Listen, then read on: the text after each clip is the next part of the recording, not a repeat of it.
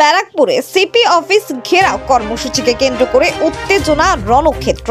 বিজেপির ডাকে এই কর্মসূচি নেওয়া হয়। বিজেপির এই অভিযানে নেতৃত্ব দেন রাজ্য সভাপতি সুকান্ত মজুমদার। সকাল থেকে পুলিশের নিরাপত্তায় মুড়ে ফেলা হয় চিড়িয়া মোড় থেকে সিপি অফিস পর্যন্ত। ব্যারিকেড করা হয় এই মিছিলকে নিয়ন্ত্রণে আনতে, পাশাপাশি রাখা হয় জল কামান। রাস্তা একদিক বন্ধ করে দেওয়া হয়।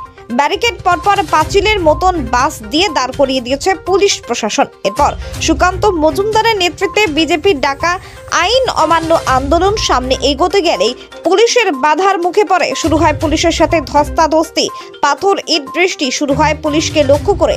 এরপর শুরু হয় পুলিশের পক্ষ থেকে লাঠি চার্জ।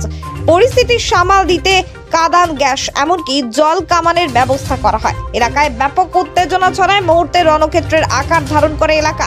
সুকান্ত মজুমদারের নেতৃত্বে ব্যারাকপুরে কমিশনারেট ঘেরাও কর্মসূচি ঘিরেই এই পরিস্থিতি হয়। বিজেপি তরফ থেকে দাবি করা হয় পুলিশি বিজেপি মহিলা মোর্চা কর্মীদের ওপর লাঠি চার্জ করে। অনেকে আহত হয়। এই ক্ষেত্রে যথেষ্ট উত্তেজনা পরিস্থিতি তৈরি হয় ব্যারাকপুর চিড়িয়া মোড় এলাকায়। সুকান্ত মজুমদারের দাবি পুলিশ লাঠি চার্জ করে, পুলিশ ইট মেরেছে।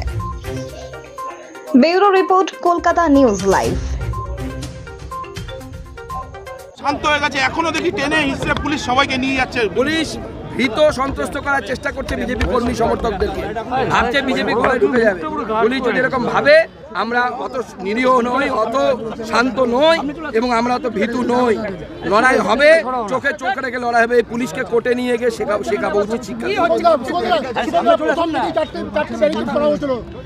পুলিশের তরফ থেকে 4টে ব্যারিকেড লাগানো হয়েছিল, যেন মনে হচ্ছিল আমরা তালিবান, আমরা এখানে মনে হয় যুদ্ধ করতে এসেছি।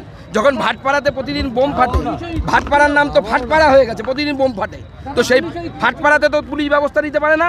স্বর্ণকারের দোকান যখন লুট হয়ে যায়, পুলিশ ব্যবস্থা নিতে পারে না। যারা কাবাডির কাজ করে, ভাঙাচোরা জিনিসপত্র বিক্রি করে, তার দোকানে যখন বোম পাওয়া যায় তখন তো পারে না। যখন গোবিন্দ যাদব যখন মারা যায় তখন তো পারে না। পুলিশ যখন কাজ করা তখন করতে পারে না। আমরা আন্দোলন করলে তখন আইন শৃঙ্খলা বজায় রাখুন। বিজেপি যাতে আন্দোলন করতে না পারে। আপনারা আইন শৃঙ্খলা এখনো পর্যন্ত 10-12 জনকে পেয়েছে। এখানে হসপিটালে নিয়ে যাও, হসপিটালে নিয়ে যাও। পুলিশ ইট ছুটছে না, আমার দিকে ইট ছুটেছে। অবশ্যই আদালতে যাব, কারণ অবশ্যই সমস্ত আমরা মহিলা কমিশনে জানাবো। মহিলাদের উপর অকথ্য অত্যাচার আমিও শুনেছি, এখনো পুলিশের কাছ থেকে কনফার্মেশন পাইনি। পুলিশ প্রথম থেকেই অশান্তি করার চেষ্টা করেছে। শুধু তাই নয়, আমাদের মিছিল আসবে জানা সত্ত্বেও সেই রুটে গাড়ি ছেড়ে দিয়েছে। গাড়ি ছেড়ে দিয়ে সেই রুটে গাড়ি ঢুকিয়েছে। দেখে তো মনে হচ্ছে আমরা আফগানিস্তান থেকে এসেছি। আমি জানি না, আমাদের কয়েকজনের দাঁড়িয়ে আছে, সেই দেখে বলে তালিবান মনে করলে মুশকিল। আবার আমাদের পুলিশ কোন মুডে আছে আমি তো বুঝতে পারছি না। তো আমাদের মহিলা কর্মীদেরকে যেভাবে মেরেছে ছেলে পুলিশ, লজ্জার বিষয়, মানবিকতার জন্য লজ্জার বিষয়। চলো।